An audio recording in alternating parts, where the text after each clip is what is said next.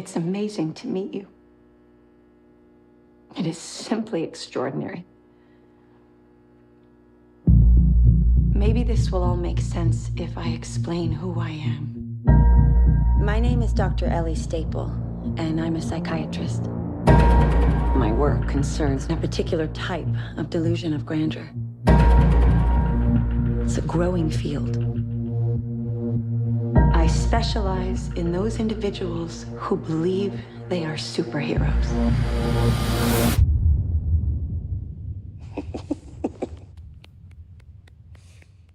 Good for you. Hello, everyone, and welcome back to The Lobby, a Real Lovers podcast. And we are continuing our M. Night Shyamalan retrospective series. And if it feels like it's been a while since you've seen us, it's been a while since we've recorded. I know we're recording this in 2025. It's just stuff happened. But we're continuing our M. Night Shyamalan retrospective series. We are salt baying your ass on this episode because we're talking about the 2019 film Glass. M. Night Shyamalan written, directed, and produced this film. And joining me to finish off this this trilogy, I guess you can call it a trilogy. Joining me to discuss this film, Peyton from Peyton Pictures. Peyton, welcome back to The Lobby. Thank you for having me once again. It's good to be here. I'm really excited to talk about this one, as you know. So I can't wait to get into it. Yeah, exactly. This is a first time watch for me, and then also a first time watch as well. He's the host of the Youth Critic podcast, Kale Smith. Welcome back to The Lobby. Oh, thank you. This is not a first watch for me. I saw this in theaters. Okay. But I mean, it's been 6 years since that movie came out, or this movie has come out. So yeah, I had to rewatch it because I might miss the finer details, even though to me, I have a controversial hot take, but I'll save it for later. I have a controversial hot take. Go ahead, Marley. Yeah. My bad. I kind of misinterpreted that a little bit, but 6 years, but it's 6 years is a long time, like you said. I missed this movie in theaters. I think when this movie came out January 18th, 2019, and I usually kind of skip those movies when they come out. I know it's an M. Night movie. It's kind of blasphemous for me to say that, but January is generally kind of the dumping ground. And I feel like at that point in my life, I was kind of getting caught up on Oscar movies during that time. But for a first time watch, I'm kind of kicking myself that I skipped on this movie. But as I said in the intro, this movie is written, produced, and directed by M. Night Shyamalan. This is the second Jason Blum co-produced that I believe it's the second. It's the third. It's the third. The Visit, Glass, and then Split. Yeah. And then this is kind of caps off the quasi trilogy of the Unbreakable Split universe. It stars James McAvoy coming back as Kevin Wendell, David Dunn, Bruce Willis as David Dunn, Samuel L. Jackson as Elijah, Sarah Paulson as Dr. Ellie Staple, and then Spencer Treat Clark, which I love. I think this is probably one thing that I love the most about this movie is that it's M. Night Shyamalan basically bringing everyone back, and it kind of gives me a lot of Boyhood, Richard Linklater's Boyhood vibes, where he brings all the people back from Unbreakable and just reunites the family. Not trying to use that word on this podcast, but I think that's what I love most about it. It's just kind of M. Night Shyamalan coming back to summer camp with this movie. But I've kind of did my spiel on this, but Peyton, you love this movie. What are your kind of thoughts on this? Your initial reaction, and then on this rewatch for sure. Okay, so for me, I have always loved this movie. I did see it in theaters. I didn't love it to the degree that I do now, but I always loved this movie. I always felt like I could sense the amount of care that M. Night was putting into this trilogy and how original it was. Even back in 2019, early 2019, I had seen far less movies than I have now. But I think that the reason this movie was received the way it was, and we'll get into that later, is just because it did come out in a year that was sort of the peak for the superhero genre. You had Avengers Endgame, you had Joker. I guess Joker's not really a superhero movie, but a comic book movie. So I think it is a little bit. If you didn't like this movie, I suggest rewatching it now, because I think it is a lot more.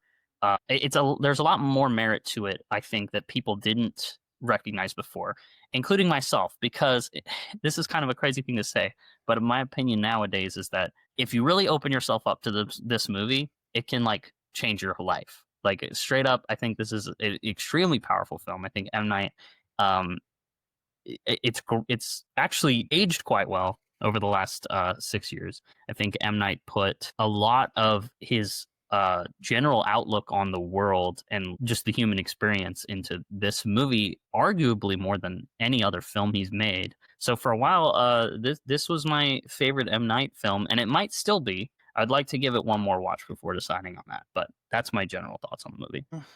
For me, it's like everyone's kind of been echoing. I mean, I kind of have loved this, trilogy. I've been very much anticipating it. And what you guys haven't actually mentioned yet, well, Peyton, you kind of alluded to it a bit. 2019 was kind of like the peak, not only or the year for superhero movies, but it was also like the year where like everything had like a finale, where it felt like, this was a trilogy ender. We had Avengers Endgame that capped off 11 years, like capped off the multiversal saga.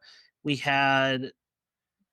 We're getting another Toy Story movie, but Toy Story 4 was kind of all meant to be an end as well. So, I mean, and then we had, the X-Men, the Fox Marvel saga kind of abruptly end. We had It Chapter 2 come out. We had the Star Wars. We had the Skywalker saga end. So, I mean, it was like a year of like endings of endings upon endings. And to me, I felt like, and this is the controversial hot take, I think this is better than Avengers Endgame, Rise of Skywalker, It Chapter 2. Maybe not as good as Toy Story 4, but I mean, they're about the same level in my opinion. Anything's better than Toy Story 4. Well, that's your opinion. When Kale said that he had a controversial hot take, I was worried, but now I'm liking this. Go on. But yeah, no, but that is the take. I mean, I feel like this was like we started out strong with this movie as like a trilogy ender, as a finale. And to me, it's like the most, it's the one where it actually feels thematic. It's not just, fan service. It's not just, like I feel like It Chapter 2 has a little bit of like it reaches the scale of the finale it should get. And so does Avengers Endgame and Rise of Skywalker, but they all kind of flub the endings somehow. They all either thematically don't tie together, or the characters have weird they have arcs that don't really quite jive with what's happened before. Like there's something that kind of holds, all three of those movies I mentioned, there's something that kind of holds them back. And I feel like Glass, I think, is like the perfect, like trilogy ender, because it actually not only brings everything together, but it challenges all the characters. It challenges everyone, on what it becomes like this idea of like what the running theme of this idea is, like, is superheroes real? Are supervillains is it all a fantasy?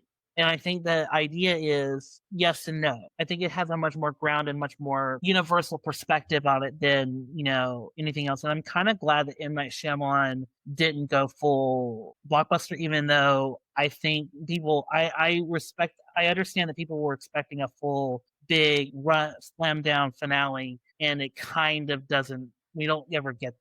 So I understand why people were kind of upset. And since this is my first watch, usually when I watch a movie for the first time, I like to watch like the trailers just to see like how this movie was marketed. The movie was marketed kind of like that big kind of like Avengers Endgame kind of like team up, and we don't necessarily get that. Like we get a little bit of that like towards the end, but I think what I like most about this is that each one of these characters, Elijah, Kevin, and then David Dunn, that I saw this movie, I saw all three of those characters as kind of like a piece of M. Night Shyamalan. And the end of this movie is really M. Night Shyamalan commenting on like his critics and like where his career is, like, because this is kind of like, I know we had like The Visit, but this movie is post Last Airbender and After Earth, where he kind of got dragged through the mud, no pun intended, based on the end of this movie. But it's M. Night it's Night Shyamalan commenting on that and how he's kind of like grown as a person throughout his whole career, and how he even through the stuff that broke him, like Last Airbender, even like Airbender, he After Earth and Last Airbender, it really kind of like it grew him as a person, if that makes any sense. I'm sorry, but It absolutely makes sense. I think that is a really cool perspective on it. That I feel like that feeling is in the movie. I usually look at this movie in a more universal sense in terms of like commenting on the human experience living in our society, but that is also like a really cool way to look at it that I think is also true. and it's just like it with a character like Mr. Glass. Like glass, also another like another term for lenses, which is how we see the world, how M. Night Shyamalan sees the world, how he sees like these characters. Also going into Split, where it's like people can be split, and M. Night Shyamalan, and how these characters can like change over time for him, how he can change over time. And then David Dunn from Unbreakable, him kind of like discovering who he is in Unbreakable, and then him kind of like questioning what kind of filmmaker he wants to be at the like during this movie in Glass, like with the whole kind of Peyton, what were you gonna say? No, I was gonna say that's like a really cool perspective that I hadn't thought about it to that degree. But I do think also what you were saying about glass being another word for lenses is like the cameras are a huge thing in this movie, surveillance specifically. But I think that, yeah, the way that M. Night uses cameras in this movie is just like they tell the truth. This is how seeing that people can be extraordinary, and that extraordinary people do exist, and that you don't always have to explain it away, and that you can believe in something a little more magical in the world, I think is a huge part of this movie. And like I think the movie is trying to tell us that like most of us, we're like David Dunn. We are like the everyman, right? We're like capable of these extraordinary things, but we wouldn't know that until someone like Elijah, who has been through enough traumatic experiences, who has been through a lot, has no other choice but to believe that he belongs in the world because he has to justify his suffering. The only thing worse than a life of suffering is a life of meaningless suffering. So a character like Elijah needs to have a belief system within himself to believe that he exists, that he has a purpose. And David is someone who has the privilege of not needing that. He kind of just he's able to just go about his life and live a very typical, very, not terrible, but just like unchallenged, unhappy existence. And I think, the reason that I love that it's called Glass too is because I think glass represents the fragile people, the broken people, the people that we look at, and broken glass, it's broken, but you see your reflection in it. We're able to see our own potential in those that have no choice but to see theirs. You know what I'm saying? Yeah. If that makes sense. That's beautiful. But yeah, we obviously all love Glass, like here on this panel. So let's get into like the actual movie. I'm just gonna read the synopsis here from Letterboxd, and we can start getting into like breaking down this movie. In a series of escalating encounters, former security guard David Dunn uses his supernatural abilities to track Kevin Wendell Crumb, a disturbed man who has 24 personalities. Peyton, that's 24. You've seen Trapped 24 times. Yes, every personality had. Yeah. Meanwhile, the shadowy presence of Elijah Price emerges as an orchestrator who holds secrets critical to both men. Really great synopsis by Letterboxd, and I also love like the tagline, "You cannot contain who you are," which is but just there's so many layers into that. But probably one of my favorite, I think what I love most about Glass as well is that the way this film starts. Like, I feel like it's almost like a perfect film when it starts, because I love like the opening credits too, of like all the people coming back, like they were broken, now they're coming back together. They're unbreakable. Like, you can't break these people up. But I also love to like, Peyton, I think you've mentioned like on the Unbreakable podcast, Unbreakable episode, is that M. Night Shyamalan like to play a lot with colors. Like when it becomes like a comic book, it's like all the colors are very kind of like pronounced, and you can see like reds and blues and purples. Purples meaning for Elijah because he considers himself royalty. I love that you're fully in a comic book, and it's just like these characters, you're catching up with these characters like in the beginning. And it's a perfect introduction for me. But what does everyone think? Kelly, you can go first if you want. I do have a thing to say about the opening credits, but you can go first if you're ready.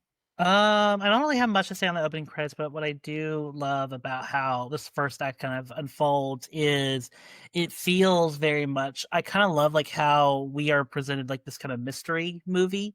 Well, first we catch up with David and his son. We catch up with what they're doing in our group, our Instagram group, Salt Bay My Ass. Is it Salt Bay Your Ass or Salt Bay My Ass? Salt Bay Your Ass. Yeah. Salt Bay Your Ass. So we get this nice opening. We catch up with David, and I kind of like how everything is understated. Like everything, he turns off the lights. We don't really see much. I do. And I love, like, we're kind of just catching up. Like, we catch up with what's happening with Kevin Wendell Crumb. He's, kidnapped all these cheerleaders, and and what's interesting is we don't see our titular character till, like, after this act. Like, the whole first act is just figuring out how to get these two characters together. And then, in a way, from a screenwriting perspective and also from the perspective of Sarah Paulson's character, she's got to box him in. So, like I love like that whole aspect of it. And what I kind of like about this also is it leads you on to thinking there is a, more bigger, more ambitious movie, but you're getting, in the end, like you're getting the movie you're advertised through this first act. Like you're getting the big epic showdown, the big fall out the window, all of that stuff. It's really good. And I even like how, even though it doesn't ever quite make sense, like how Sarah Paulson knows that lights in the dark will change, the personality of the beast or the horde. Doesn't necessarily make sense, but it works in the context. Like she's stopping, she uses, the plight of David's, rational innocence, thinking, don't hurt innocent people, his heroism to stop him. And I don't know, like I really like this whole first third of the movie, getting everybody together, and even more so, like this whole introduction of Sarah Paulson and her psychiatrist. I think it's. I honestly, I feel bad when I was reading off the cast, like at the start of this podcast. I didn't even read Sarah Paulson's name because I think she's really great, like in this movie, playing a character. I will add.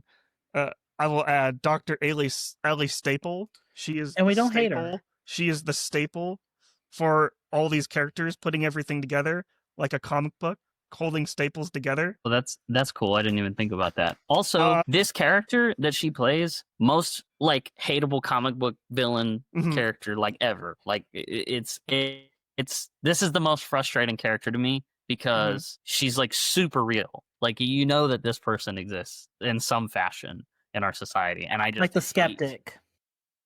Not even the skeptic. Like if we're, I mean, is it okay if I like kind of allude to something later in the movie? Like we're not. We're all spoilers for anyone listening. Spoilers for the movie if you haven't watched this movie. Well, like if I was gonna say that her character is so she's so realistic because she's the character that's like she knows that they're right. Like she knows that they're right, but she has to convince them that they're not right. And if she can't convince them that they're not right, she has to kill them because it's like I can't allow you to believe that you are powerful. And I think that's something that is constantly happening in real life, where people in power don't want ordinary people to know that they are actually capable of extraordinary things, that they are capable of change, because they want to keep things. I mean, there's a line she says that just turns my stomach. The way she says, there's two things. She says it's worked perfectly fine for 40,000 years our way or something. Yeah, 10,000 years, but yeah, 10,000 years. Sorry, I don't know why I thought of 4.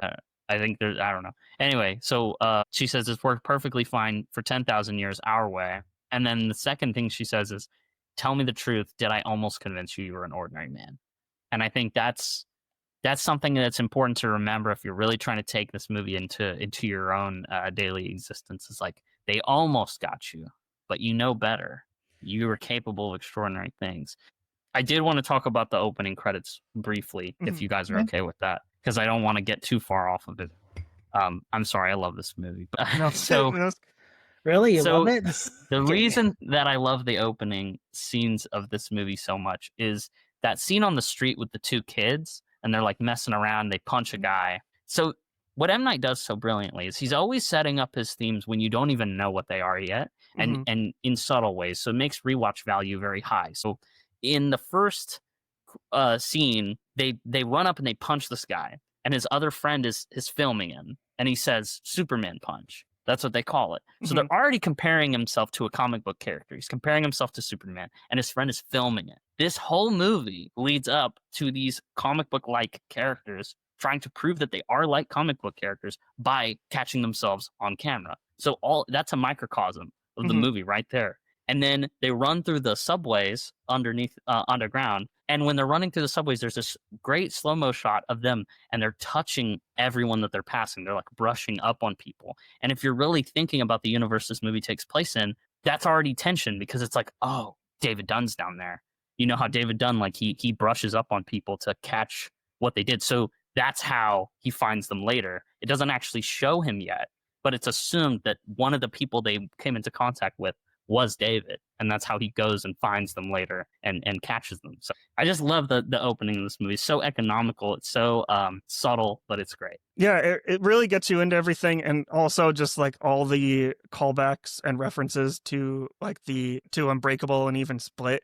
And then we get like the team up that I'm pretty sure everyone was like anticipating between like Beast and David Dunn, which is a really great. I think it's a really great like kind of like fight sequence, because I love like the way it's shot. Like you can totally tell like this movie was shot for like made for like $20 million, just because Night Shyamalan like cooks like obviously on a low budget, as we said multiple times, but he shoots like with these kind of like snorri cam like POV shots, and you really kind of like feel like the tension of like the punches being landed. And I don't know. I just love like this encounter. It humanizes the characters quite a bit to have them it shot in that intimate way. Yeah, I mean it create well, and also by shooting it like this kind of lo-fi style, it creates, you know, it shows it's not, you're never gonna see like, you know, any of the characters throw someone like comically, or you're limiting, but you're also showcasing the real power of these people. You're showcasing how it would really be for them to have super strength. You know, I mean, we hear, you know, the Horde crush bones. We hear, you know, David, you know, throw tables. We only hear and see like what is a realistic thing. And that's kind of like what M. Night is trying to do, is just keep it all grounded, not ever go big. Even in the final, it doesn't go big. But yeah, it's a really good way. I love the, you know, the cool trailer shot of, you know, the two falling out the window and they land, and the Horde just seeing him being disoriented when they get up, and David's just like, I'm still good, let's keep fighting. You know, I do kind of like it, and yeah, it's really good. Another thing I like about Staples' character, or Sarah Paulson's character, is, you know, we are supposed to hate her. Like, you're right, Peyton. This is the kind of character we hate, you know, or want to hate. But there's something about the way Paulson plays where it's just like, you know, where, you know, she's playing it to, you know, the pathos. Like, she doesn't want to kill these characters. She doesn't even, like, she plays it as someone who wants to help, like, actually help them out. For a majority of the film, it's like at the very best, she's just like naive. Like, she's just like, oh, I think I should help you guys because this is ridiculous, you know? And so in a way, you can kind of like vibe with her for most of it. I'm just more talking about like towards the end. Well, I mean, go ahead. Finish your thought. Well, no, I mean, she's right. And she's trying to also, I think she's the one that sees the humanity, or the lack of humanity in killing all these people. You know, like, she sees, like, you know, her solution to, if I can convince them they're not superheroes, or at least like kind of neuter them in a way, in a allegorical way, like, I can save lives rather than kill these people that really, they haven't done anything. Well, I mean, they have two of the three characters have done wrong things, but they haven't, like, they're not doing it out of malicious attempt. Well, you get what I'm saying? Like, they're like, she's trying to humanely save them, and it is a naive thing, like you were mentioning, because, you know, you can't change someone, you can't convert someone you can't like convert them no matter how much mental gymnastics you put them through. There's no surgery, there's a moment where we almost are concerned that Glass is going to be like lobotomized, basically, so there's no way you really can do it. And I think that's honestly the key point of the movie. Is it is a story about these characters. They want to be, well, maybe not David necessarily, but they want to be heard, they want to be seen, but outside forces are preventing them from getting that far. I think what I was going to say earlier is that The Boys came out in 2019. So right around like this time, like M. Night and the creator of The Boys were kind of like creating like the same thing. And I saw a lot of like parallels between like Vought and like the stuff they were doing and what Sarah Paulson's character was doing. And also some like especially with like the whole Godolkin University from Gen V. And I really kind of like, I saw a lot of those parallels as well. And M. Night is also kind of like doing a lot of like I'm not super knowledgeable on this, but like I saw a lot of like X-Men comparisons like here, like with the whole like kind of like showing people who they actually are, like through that school. Kale, you're a little bit more knowledgeable on X-Men, but did you see any of those comparisons there? Or Well, first of all, I should clarify, I'm not like an X-Men comic book reader, but I have seen all the X-Men movies, and also small plug-in, I've done an X-Men retrospective. But I mean, I can see it in the sense that, the X-Men are characters that are trying to also live their own lives, like in the way that David is. They're not, I mean, some of them, like the Brotherhood, they want to be seen and heard and have their rights, enacted. But the X-Men are characters that are just trying to live amongst us, us, the humans, us mere mortals. And that's what I do. And I kind of see your point, though, they are kind of X-Men in that David is kind of like, because David's like the real hero. He's just like, I just want to be, I'm already seen by my own son. I'm channeling my good work. He's like the blue collarness. Like, as long as I am seen by my family, that's good enough for me. Whereas, Kevin Wendell Crumb and all his different personalities, and and Glass, they want to be seen and heard, because their existence almost depends on, because their existence is so filled with suffering that it doesn't make any sense for the psychological torture that they have endured. So yeah, answer your question. That was a long way to answer your question, but yes. Side note, I just want to mention how Hedwig can't win in terms of music taste. And Split, he's like, yeah, I love Kanye. And then in this movie, he's like, yeah, I love Drake. Yeah, like that's the part of the movie that aged so poorly. It's like, I think you need to find new recommendations. It came out like 2019 and he was writing it in 2017. Drake was big right around that time. Yeah, I know. So he should have said Kendrick, though. He should have. Well, but Kendrick also said, I see dead people and they're not like us. That's true. So, and I know for a fact M. Night has listened to that song because he mentioned it in a Trap interview. Fun fact. Yeah. Probably what it is that what if M. Night Shyamalan, not to get tinfoil hat here, because you guys have already talked about tinfoil hats and signs. Not the tinfoil hat is, what if M. Night Shyamalan just secretly knew, like just through like subliminally, like listening to the songs, just like, yeah, and then Hedwig's gonna be a loser, so he's gonna of course pick Dre. He's gonna pick Dre over Kendrick. He's a child, so yeah. Okay. So what should we? Well, where should we go from there? I guess we should like when David and Kevin get captured, and like we should go into that, because I feel like for me personally, this is the part of the movie where the movie kind of slows dramatically to a halt. Yeah. This is kind of like where M. Night Shyamalan cooks like the most. But for me, it was really kind of tough for me to get through this. Granted, there's some really amazing things that happen like in this, like in like these cells. I love like the whole interaction between Sarah Paulson's character and Kevin, specifically on the cinematography wise. We didn't shout out Michael Gilakis. I think that's how I'm saying his name. I love the way he shoots Sarah Paulson's like scenes with Sarah Paulson and James McAvoy's scenes. Like those very like still and static shots. And then when that intern guy that comes in, who drew he drew the short straw on that day. Like, yeah. during in this secret organization. But I love how like that the way that is shot, just because it's very kind of like frantic and very and handheld. Just really creative ways to like tell a story, to know like when Kevin is going to switch and who's in charge in that scenario. Obviously, Kevin is in charge in that scenario, and then when Sarah Paulson's character is in the room, she's in charge. But I love that. So, Kelly, you mentioned about the light that makes him switch personalities. I actually think that you could, if you wanted to, you could justify it as she's dealt with people like this before, and she knows how to, because it's like, I don't think these are her first patients per se. It's not her first rodeo. Yeah. And then you also have first mental hospital. Good. You also have Spencer Treat Clark as Joseph Dunn returning. You have Anya Taylor-Joy as Casey Cook returning. Casey Cook, very comic booky name as well.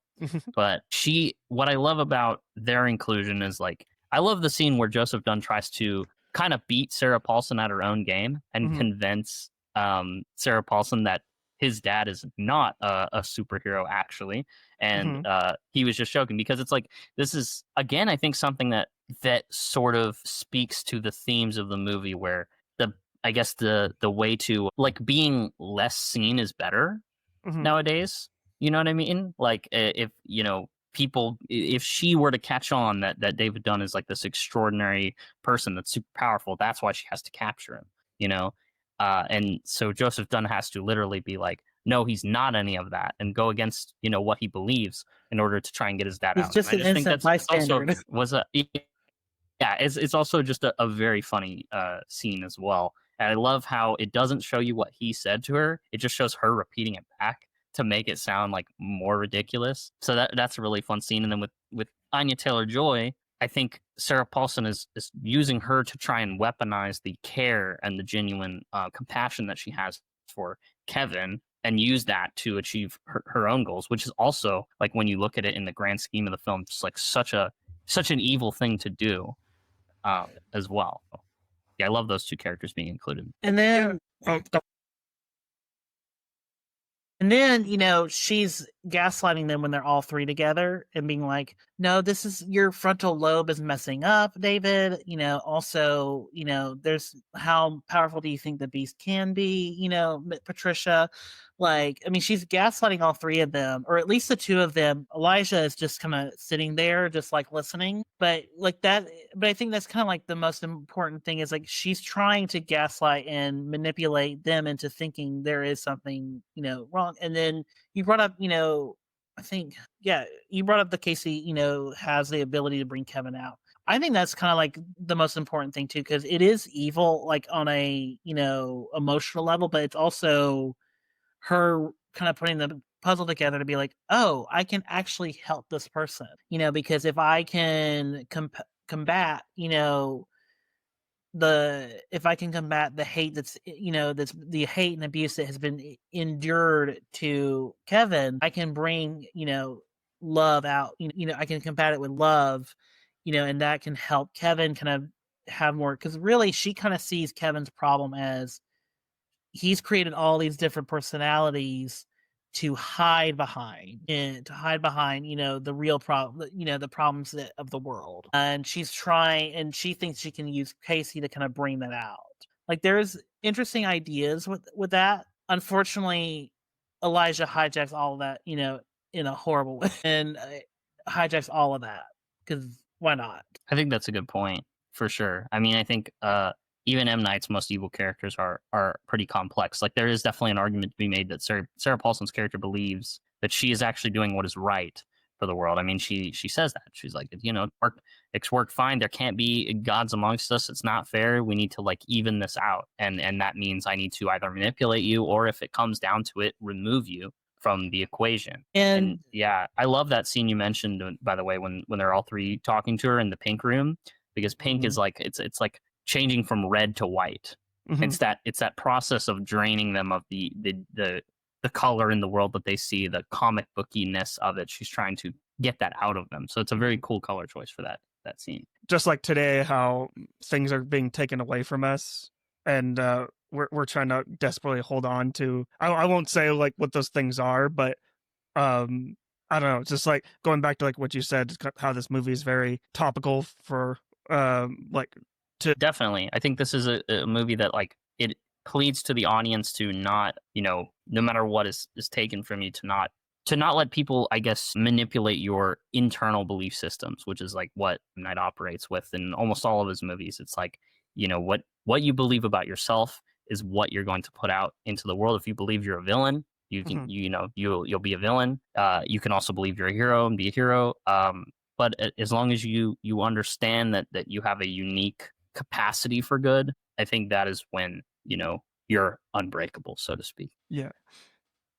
Exactly. Kind of going back to like what you're saying, Peyton, about like the interaction between Ellie and Joseph. I really love that scene as well, just because going back to like what I said, how this movie is kind of like a perfect kind of like it's M. Night commenting on his critics and his entire career. I feel like this scene is kind of like him kind of like telling like the audience like what his daughters went through or his family like went through, like interacting with people's like saying like, oh, your dad isn't a real filmmaker, or Ellie saying to Joseph saying like, your dad's not a real hero, like what's like, or even it's himself. all in his head. Yeah, for sure. And Yeah. I'll tie that in once we get like in the third act, because I feel like that ties in kind of beautifully to his latest film. But it's I just love that scene a lot as well. That makes a lot of sense. I think, it's like it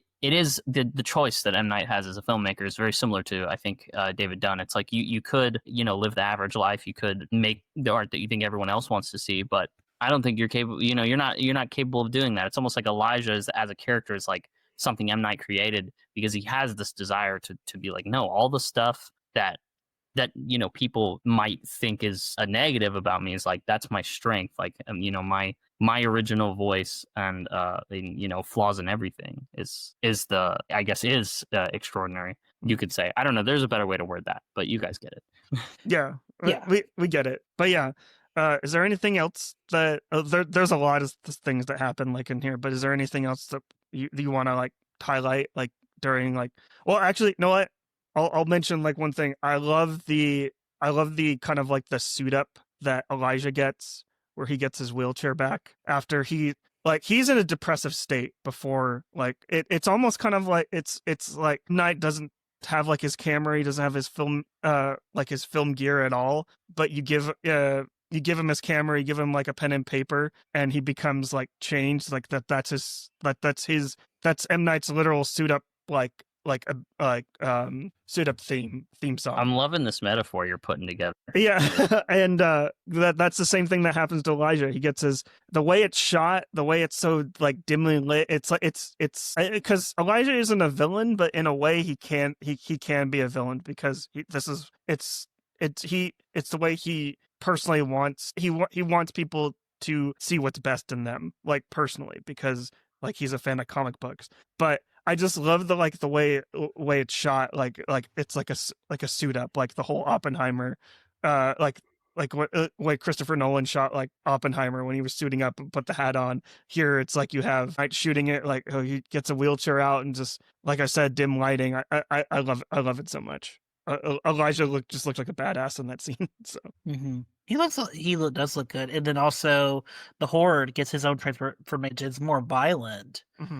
But it's still like that's his suit up. It's like it's a creature that is violent, is being brought up through violence, is the metaphor for that. And then David just has his, he has his poncho, an iconic poncho. I want to know how much that poncho is, like on Etsy or something, if I can buy that. But yeah, I think the security guard thing, I mean, this goes back to Unbreakable, but that is like it's such a literal minded choice to have like the hero who protects people literally be a security guard that wears a poncho that says security on it. But I love that M. Night is like, he's kind of commenting on these things that are really quite simple and obvious if we think about them in our own lives. Like, Elijah in the first film, he interrogates that part of David. He says, you chose to be a security guard out of anything else, and I find that very interesting. Why did you do that? I think M. Night wants us to ask ourselves similar questions. Like, you might think that the job you have is like just, whatever, but you chose it, and the thing you're doing is what you chose to do. Why is that? What is it within you that feels you need this in your life, or feels that you wanted specifically to take this path? And what does that say about what you're capable of bringing into the world? And that can be special and make a difference. So I think that's another reason. I just think that this trilogy as a whole is very life affirming, life changing. Like if you really open up to everything it's trying to say. And we keep saying trilogy, but I feel like what makes this movie strong, like stronger than most trilogies, is that each movie stands on its own. And that's kind of like how M. Night kind of like films most of his movies. Like he's not going to make the movie if the movie itself isn't actually going to be like strong. Like obviously like it references like Unbreakable and Split because of like we're fans of those movies. But if you knew nothing about that, like going in, this is honestly just a really great kind of like really great movie about people finding themselves and discovering like who they are and not kind of like giving in to the man, to put it bluntly. But yeah, anything else that we want to like bring up about like Elijah or anything that happens here? Because I think, well, Peyton, you brought up Anya Taylor-Joy. Like she comes back as Casey Cook, and I like her presence in this film a little bit more than Split, just because you can tell that she's recovered like here, and I just like the way she kind of like holds herself a little bit more in a film like this. And we can get into this in the third act. I love that Ellie is the kind of the one that calls to her, just because she's the one that actually can get Kevin come out without using like light therapy that Ellie uses. I just kind of I love that callback. But I think Anya Taylor-Joy does a great job here, and I wish that she did more movies with M. Night, because I feel like she's kind of like the perfect type of actor for M. Night in this situation. Well, not to call her out, but she has like this perfect aura and face for it, because M. Night likes to use like close-ups and face to depict more than what depict more than what you're being told. And so he likes, kind of like the emoting face, whether it be, the long 1,000-yard stare that Mel Gibson has, or the looks that Bruce Willis has in all of his movies. Even Joaquin Phoenix on both Signs and The Village. Like he likes actors that can just have like a look that just gives, even if it's a 1,000-year stare look, like they have a look that's saying more than than what's actually being said. And I think Anya Taylor-Joy definitely just has that, in such a interesting way. So yeah, I would want to see more, especially but I mean, he's working with great people like Josh Hartnett, and now he's got Jake Gyllenhaal's face to work with, the master of different faces in a way. But yeah, that's next year for us, or whenever it comes out. But I feel like kind of like, because I was kind of looking at the reactions after I saw this movie. I feel like the reactions come from this kind of shift from the second and third act, how M. Night is kind of like building up. It seems like he's building up to like this final action sequence and this team up, and just like he references like the MCU or the MCU at this point, like the whole tower that like the shot of that magazine where it's something to marvel out. The tower. Yeah, the Osaka true Tower. Marvel. Yeah, it was straight up like I don't think M. Night will ever like say that he did that on purpose, but I will say that he did it on purpose in a way. Oh, he did. But he did. Even the Marvel like word looks very similar to the Marvel logo. Yeah, it looks very similar. So I think that the Osaka Tower that he teases throughout the movie, that's obviously a red herring. I think that that grand opening, right, is like representative of the fact that we're getting almost like a grand opening of like the potential of humanity at the end, if that makes sense. Like you can see this great shot at the end where like the news is broadcasting the opening of Osaka Tower. It's like the final shot of the movie, but like the news is broadcasting the opening, and then it switches because it's like, oh, look at this footage from this facility of all these guys, and it's like you see how they've kind of overcome the like in the superficial almost. It's like that's the final line in the movie. It's like we are let in on the universe. Like we're seeing what we're capable of through this footage, and you can see everyone like kind of like gasping at it and stuff. Now in reality, if something like that came out, I don't think it would like change the world. But an M. Night believes that just a few people recognizing their gifts can spread, and I think that's wonderful. Yeah, for sure. And I think like a few people will lead to like hundreds of people, and then 1,000 people, and that's where M. Night actually sees like change and good within the world, when it's just that one spark that can turn into like a flame, and then a roaring fire. But yeah, but should we get into this kind of like the final act, like just like this final like team up? Can we call it like a team up, like everyone coming together? And I think I guess so. I mean, it's sort of a face off. I do think a lot of people come at this finale because of the like kind of corniness of the way that everyone, including Elijah especially, like references comic books so heavily in this last part. And everyone just kind of stands around and watch. Yeah, they're like, what's going to happen next? What happens in the comics? Like, oh, in comics, this and this and that. Like they're constantly referencing the comics. I like it. I think it's very true to the series. But the thing is, like, this movie came out at a point where Unbreakable was in a better position to do things like that, because Unbreakable came out at a point where comic books weren't as popular.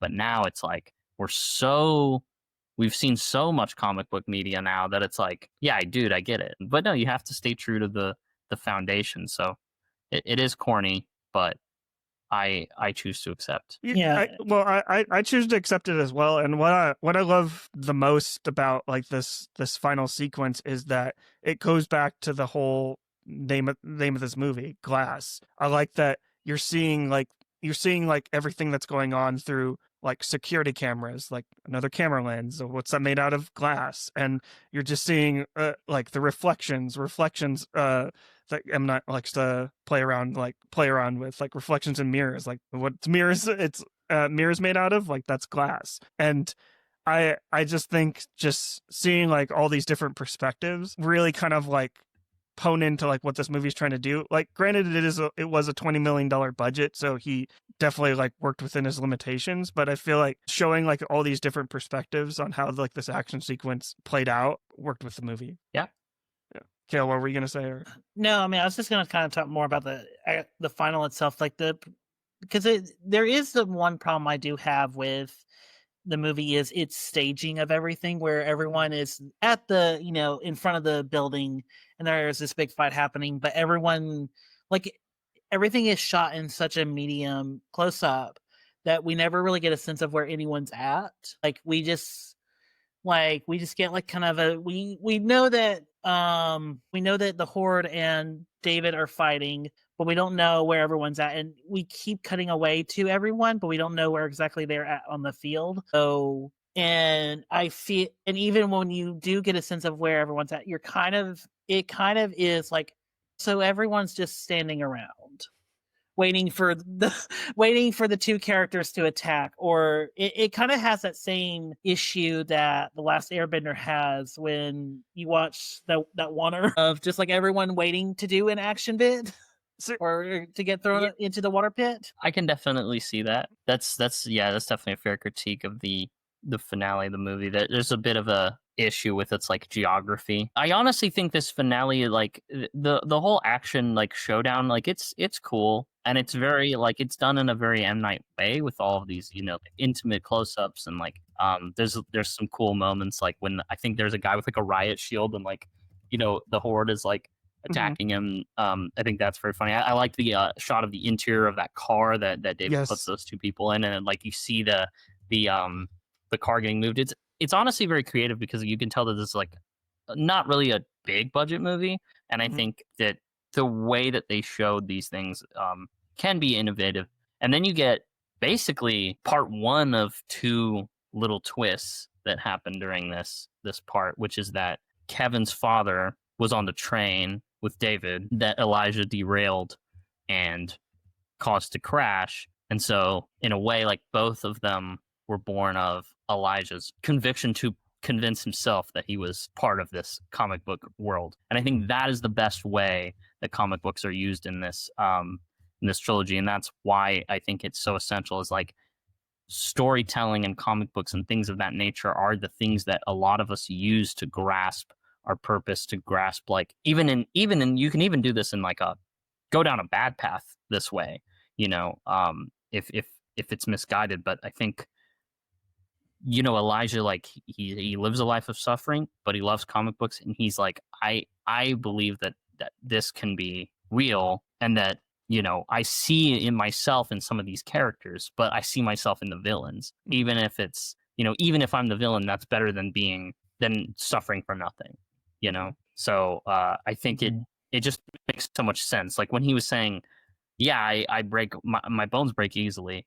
And so I always thought, if there's someone on the other end of the spectrum who can't get broken or hurt or sick, and it's like, in a way, he's just saying, yeah, I have the tragic, like, villain backstories, or someone who's a hero, that was put here to protect other people. Elijah is like literally like the living embodiment of the more a person breaks, like the stronger the strong. Yeah, I think Unbreakable, it references his conviction, his spirit, and his mind that becomes stronger with each break. Yes, exactly. And I also love like that twist too, where it shows Kevin being on the same train as David Dunn, just because what Kevin's dad is reading at that point, that's also M. Night Shyamalan commenting on the kind of like the critiques he got with Split, of how M. Night Shyamalan didn't necessarily know how to treat people with DID. But that was like a really big, like, hot button topic that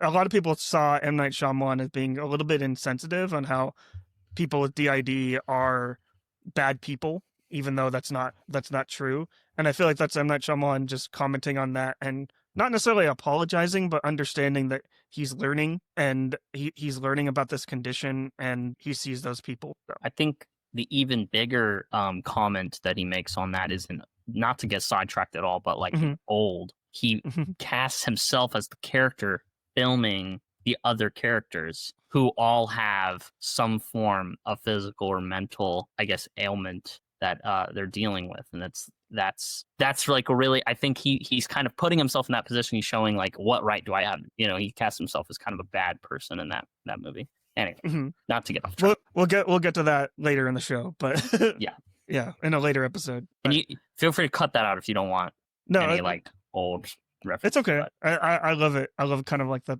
tie into that, because I have something that ties in to it. And it will lead us to the next episode. Yeah, for sure. But yeah, I also like what you said, Peyton, about like the shot within the car, how you see the beast kind of lifting it up, and just I just like how frantic everything looks in here. And to comment on what you were saying, Kale, how it just kind of seems like everyone is standing around, and how you brought up like the Last Airbender of it, on how it's just kind of like very grounded, and not a lot of like the stakes aren't really all that high. I think what works here, and what Night Shyamalan was trying to do in The Last Airbender, and I will mention, and I mentioned in that episode, is that M. Night Shyamalan works the best like when things are grounded. Like the whole thing, like David Dunn is like trying to protect the people, and throws them into that that storage box or whatever, and the way he's bending like that bar, and he's really struggling. Like that's kind of like that same thing that people always bring up in Last Airbender, with like the earthbenders having a really hard time lifting up the rock. That doesn't necessarily work in a film like Airbender, and that's why, and I will die on this hill, that M. Night Shyamalan was not the director to direct that movie. I think they should have gotten Chris Columbus to direct that. Which movie? Last Airbender. I think it would have made way more sense. Like, he made the Percy Jackson movie, made the Home Alone movies. Like, I'm not saying it would have been good. I'm just saying it was apt. I don't know. M. Night just seems bizarre to me. Also, fun fact, it's not all of them lifting up that one rock. It's like all of them are doing a thing, and then there's like one guy that lifts up the one rock. But the way that the shot is composed makes it look like they're all lifting up a single rock, and it's very funny.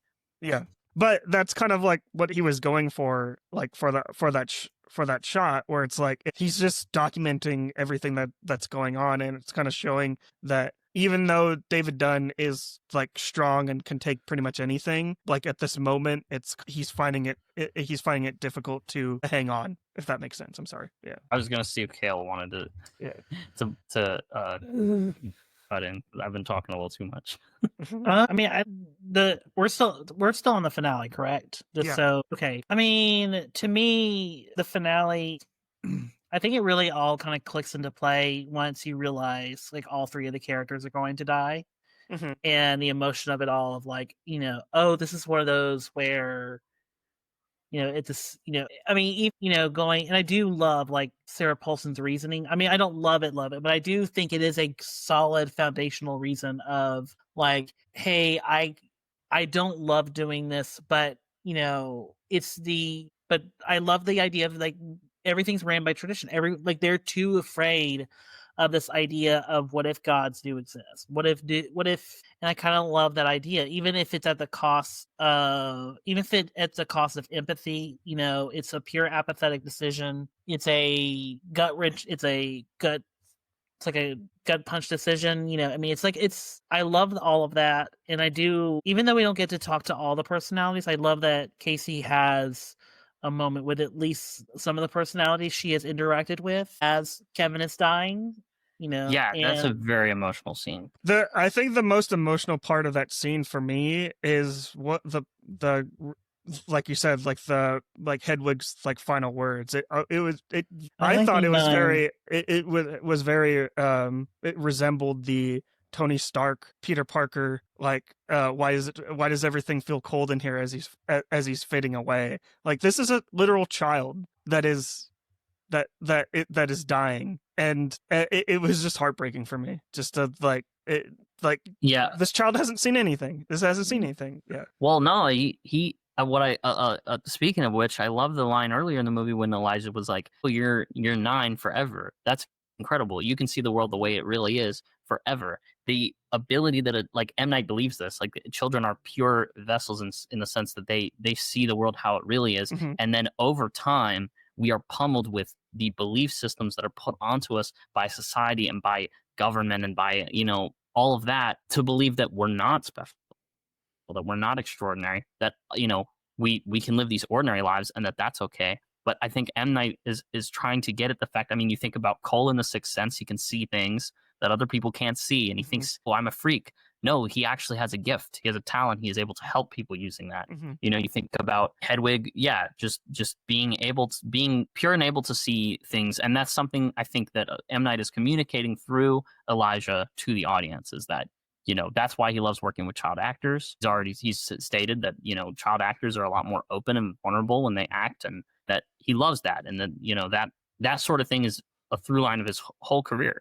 And I also love during that death scene, there's a very emotional part for me is when Dennis, who is the OCD character, who doesn't like, he needs everything to be clean. He says, there's blood on these pants. We got to clean it off. That really hits me hard. Just, to see him so concerned about that. It kind of rings true to like, it reminds me of like that scene in the movie My Girl. Have you seen that with Macaulay Culkin? Yes. Where he's like, he doesn't have the glasses. He can't see without his glasses. It's like that kind of thing is like, latching onto something that was so was so unique to you as you're in your final moments.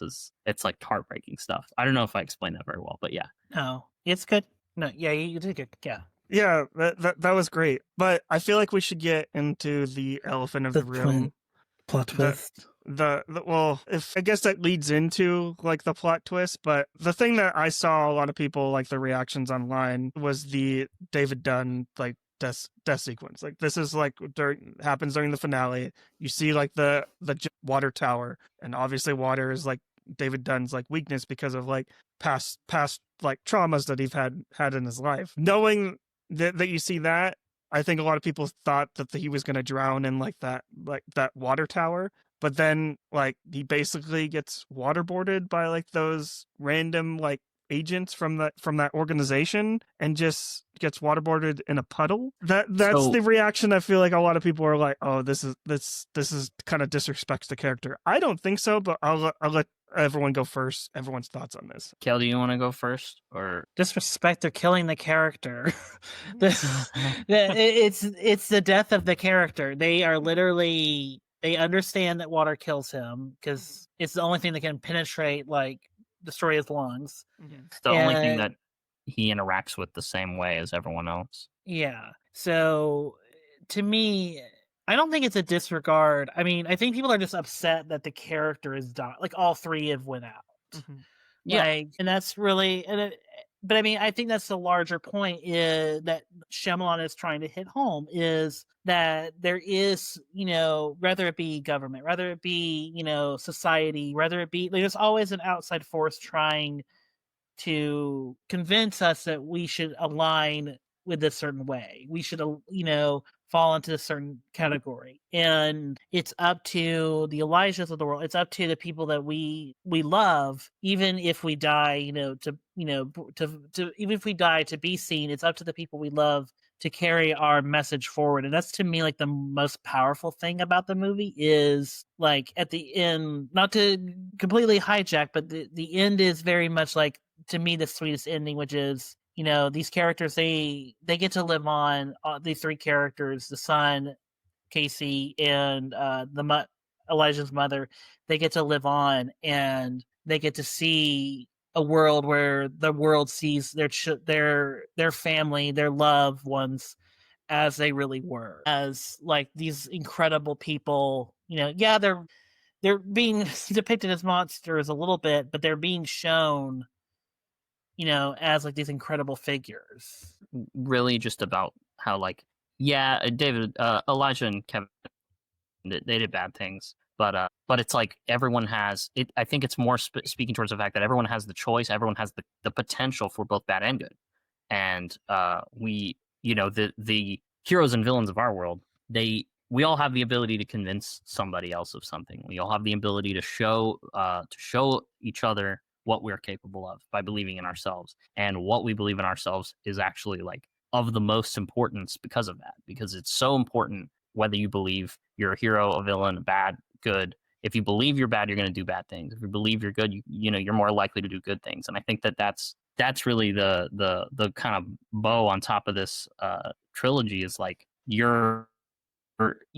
like Ellie Staple, she believes that she needs to convince these people of that they're not extraordinary. She believes that the world is better the way it is. So she uses her ability, which everyone has, to convince these other people and change their personal beliefs in order to break them down. Whereas, you see Joseph in Unbreakable, he tries to convince his dad that he's more. Same with Elijah, try to convince David Dunn of his own potential. So it's really all about how we have a responsibility to one another to believe in the good in ourselves so that other people can believe in the good in themselves. I have two thoughts on David Dunn's death, since that's where what we were talking about is one, I think it's very telling that people are upset about that character specifically dying, not like so much as the other two. I think it's just because of the nature of it, him being kind of like drowned in the puddle. It's kind of very visceral and sad.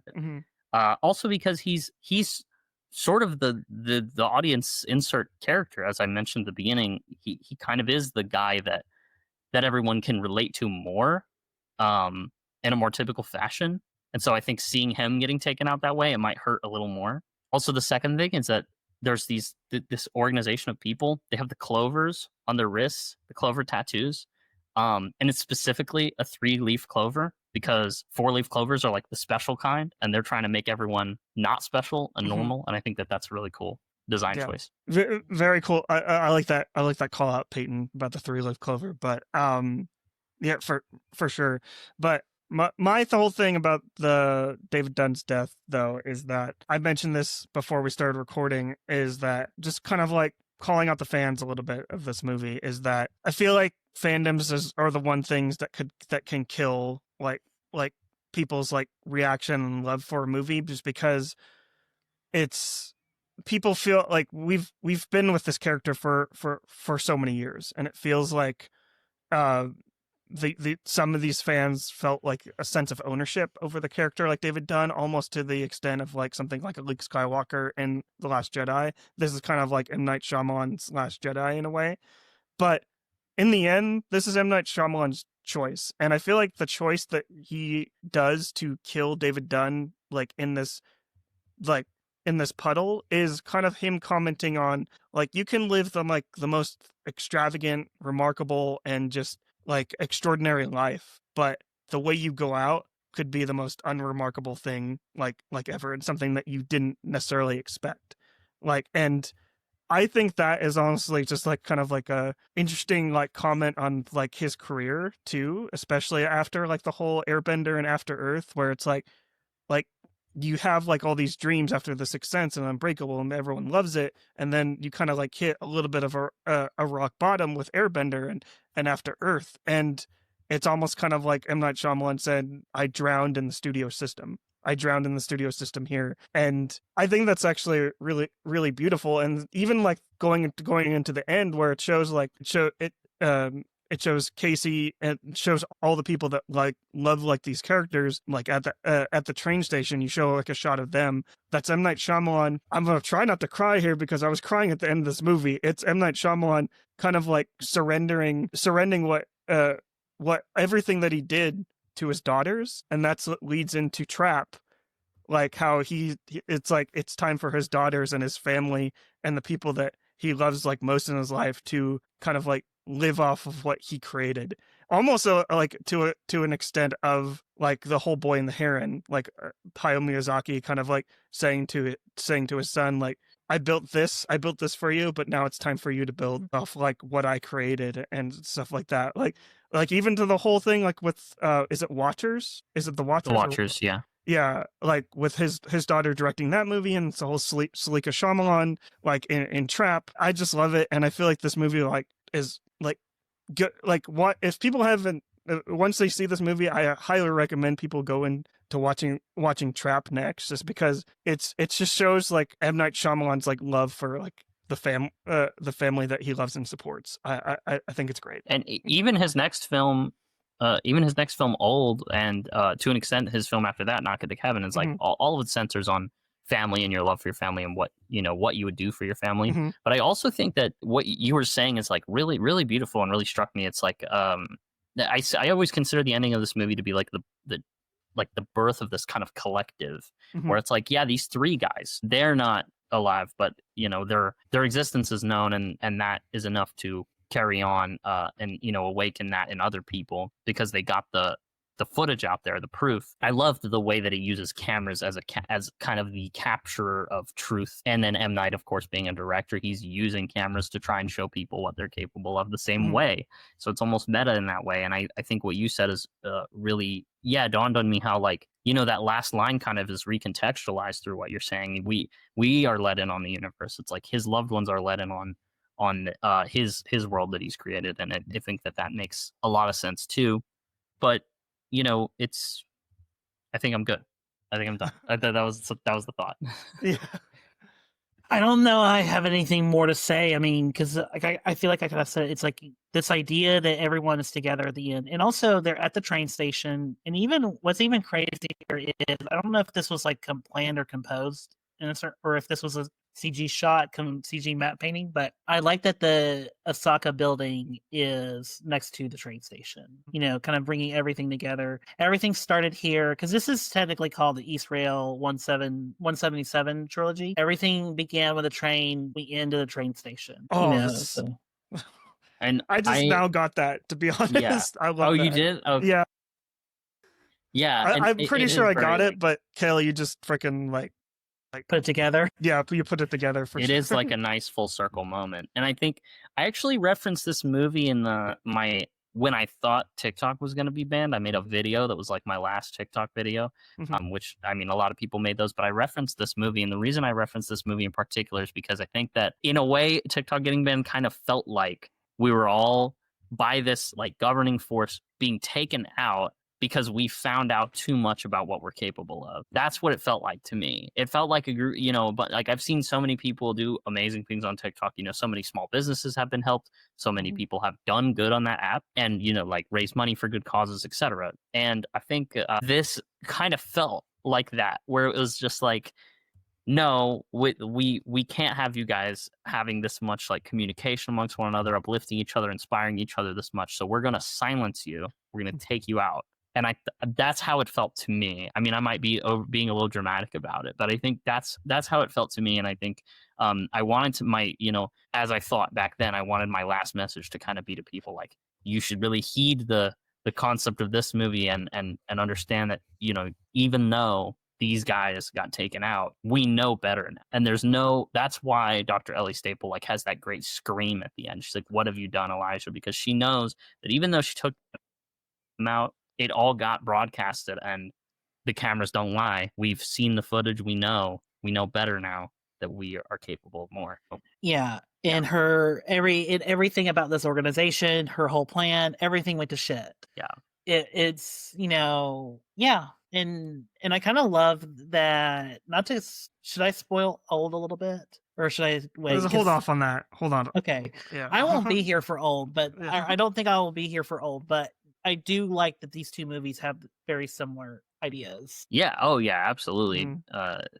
And I think even Trap has a little bit of like a There's an government organization trying to trap the main well, character. no, not even that. It not necessarily even that. That is true, but I think like M. Night's emphasis on connection, on this kind of ecosystem of connection that we have with one another as people, and how we inspire and change one another, is like Trap is like the antithesis, where Cooper, his ability is that he's like could be anybody, and he's like I'm not connected, and then Lady Raven, like on the other end, is like connected to everyone because she's a pop star. I don't want to get into Trap, but Yeah. I think it's just a cool like thematic through line of his movies, where being connected with people actually is like the greatest superpower you can have, is being able to uplift others and uplift yourself. Yeah, exactly. And I feel like that's Glass from 2019. Do we have any final thoughts like on this movie? I know for me, like as a first time watch, I really regret not seeing this movie in theaters, just because going back to what I said, I was kind of like saying that this movie was kind of like a dumping ground. I was honestly kind of worried for this film. I feel like I like, for me saying that, I should stamp myself as a fake M. Night Shyamalan fan, just because I should always support him no matter what. But I think this movie's great. I think it does.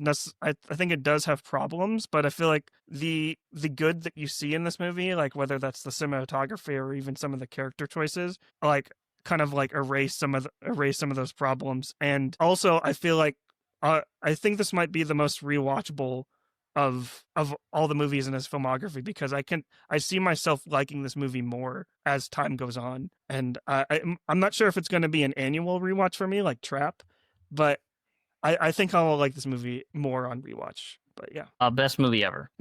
Maybe not the best movie ever, but I like this a lot, and it was a huge, and I was very disappointed that this was one of my favorite blockbusters of 2019, if that makes any sense. It's a strong statement. It was a strong year. Yeah, I know. That's how. Yeah, it was supposed to be a strong year. That's what I'm. Yeah, but yeah. All right. To this day, I like to this day, the initial like critical reaction to this movie is just like, that's crazy to me. That's just anyway. Yeah, it's like the best movie ever. That's basically the point, I think. Yeah, for me, it's I gave it 4 stars on Letterboxd, but I see this. I can see it going to 5, like in the near future. I see the 2.9 average on Letterboxd. I feel like that's an average Letterboxd score for M. Night. People just he's so misunderstood. It's going through the series, I'm finding out that like the audience reaction, if you're not like an M. Night head, like people just don't get it. People just don't get it, and nobody understands. Nobody understands us. Yeah, exactly. But yeah, that's Glass from 2019. But this is the part of the show where we get to tell everyone where people can find us. Peyton, do you want to go first? Yes. As per a recent username change, which I like a lot better, you can find me at Peyton_Pictures on TikTok and Peyton JB everywhere else, because I mean, I'm not on Twitter or X anymore. Mm-hmm. Instagram is Peyton_JB, and Letterboxd also Peyton JB. So find me there. And Kel? I am currently on Twitter at the current moment of this, so you can find me on Twitter at Movie Kale. You can also follow me on Blue Sky under the same username. And Yes, please check out. So I run 2 podcasts. Marley's been on both. I think Peyton has been on one, maybe not on both yet. I do the Youth Critic podcast, which is where we currently review movies. I don't know when this podcast is going to be coming out, so I can't tell you what recent episode has been on the Youth Critic. But we are on. But I'm also on From the Top, the Ultimate Filmmakers Retrospective. Currently going through the Peter Jackson filmography. We are currently in the thick, as of this episode recording, we're doing the Lord of the Rings trilogy. We're going to do The Hobbit, King Kong, Lovely Bones, all that stuff. Thank you guys so much thank you for listening to us three talk about this, trilogy. And Marley, thank you for letting us be here. Thank you so much. This has been a pleasure. Yeah, absolutely. No problem. This has been a blast. If people made it to the end of this podcast, obviously all the links will be in the description box down below. Also, if you made it here, give us a like here on YouTube as well. Give us a like and subscribe. Follow me everywhere. Instagram and Blue Sky are kind of like the main ones right now. TikTok, I'm not so, it's kind of wishy-washy there, especially with the impending ban again. Follow me everywhere where you can log into stuff and talk about stuff. Marley Loves Film pretty much everywhere. But the easiest way to find me is on thereallovers.com, where I'm writing articles there. And you can also listen to the podcast, The Real Lovers, as well on that website. But yeah, the next, hold on, I'm going to have to edit this stuff out because I wasn't prepared. Sorry. The next episode. But yeah, and again, follow us from the links in the description and give us a like and subscribe. But with that being said, my name is Marley Silverbrand for the Real Lovers podcast. And I'm Peyton. And I'm Kale. And let's get back to the movies. See ya.